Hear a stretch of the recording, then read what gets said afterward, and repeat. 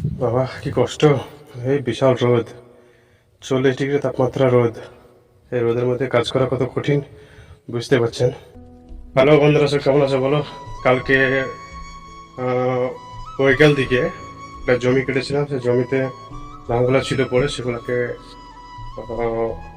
গলিয়েছিলাম। গলিয়ে বোঝা বান্ধা হয়ে গেছিলো, কিন্তু মোটামুটি 10-12টা মতন বোঝা পড়েছিল, সেগুলোকে থাক লাগাতাম। সেই জন্য আমি চলে এলাম, আর আজকে জমিতে যাচ্ছি। তো ভিডিও দেখতে থাকুন, কি হতে চলেছে পরপর। এই যাচ্ছে এখন, এটা হচ্ছে জমির রাস্তা। এখানে একটা হাট পড়ে আছে, জানি না কিসের। তো যাচ্ছি, এখানে কে ঘাস কেটেছে, কেটে রেখে দিয়েছে, মানুষ নেই আশপাশে। এটা হচ্ছে তিল চাষ করছে, এটা হচ্ছে ক্লেন। এই ক্লেনে সব পানি জমা হয়। এটা একটু বড় চলে গেল।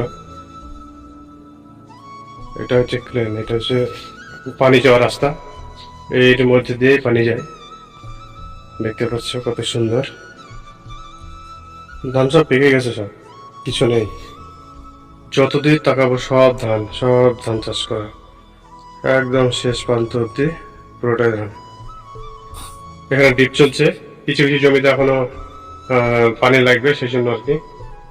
তো দেখতে পাচ্ছি এখানে কারেন্টের কি অবস্থা।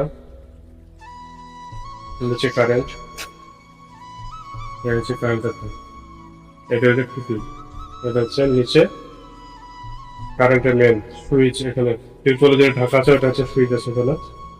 কত নিচে দেখতে পাচ্ছ, জমিতে সব ধান প্রায় পাকার দিকে। তো চারিদিকে শুধু ধান লাগাই আছে, এখনো কেউ কাটাকাটি স্টার্ট করেনি। আর আমার যেহেতু মিনিকেট ধান লাগিয়েছিলাম, সেই জন্য সবার আগে কমপ্লিট হয়ে গেছে।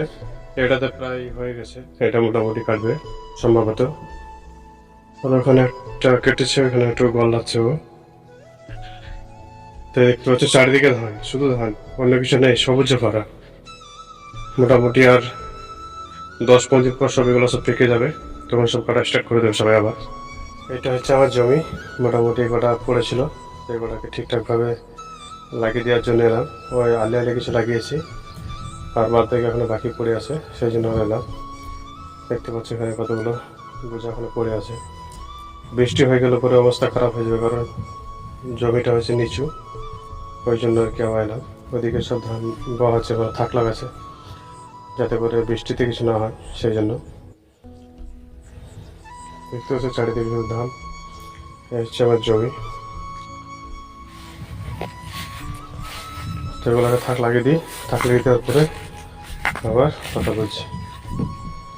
দেখতে পাচ্ছি সব থাক লাগিয়ে দিলাম, জমিতে কোনো ধান নেই, পুরো জমিটা ফাঁকা করে দিলাম। দেখতে পাচ্ছ সব, বাবা কি কষ্ট! এই বিশাল রোদ, 40 ডিগ্রি তাপমাত্রা রোদ। এই রোদের মধ্যে কাজ করা কত কঠিন বুঝতে পারছেন। তো যাই হোক, কমপ্লিট হয়ে গেল।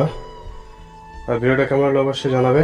আর আমার এই ভিডিও সর্বপ্রথম পাওয়ার জন্য অবশ্যই সাবস্ক্রাইব করে বেল আইকনটা বাজিয়ে রাখবেন, যাতে পরবর্তী ভিডিওগুলো আপনার কাছে আগে পৌঁছায়। তো এখানে মোটামুটি 65টা মতন বোঝা হয়েছে। দেখতে পাচ্ছি সব থাক লাগিয়ে রেখে দিলাম, কারণ এখন তো ধান বাড়ি নিয়ে যাওয়া সম্ভব নয়, অনেক দূর রাস্তা। এগুলো সব ধান কাটা হবে, তারপরে ট্রাক্টর আসবে, ট্রাক্টরের উপরে তখন নিয়ে যাব। দেখতে পাচ্ছেন সব কমপ্লিট হয়ে গেল। বাবা হ্যাপি গেলাম একদম।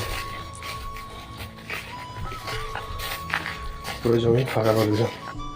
ওদিকে আমার ভাইদের জমি, ওরা ওখানে ধানি করছে।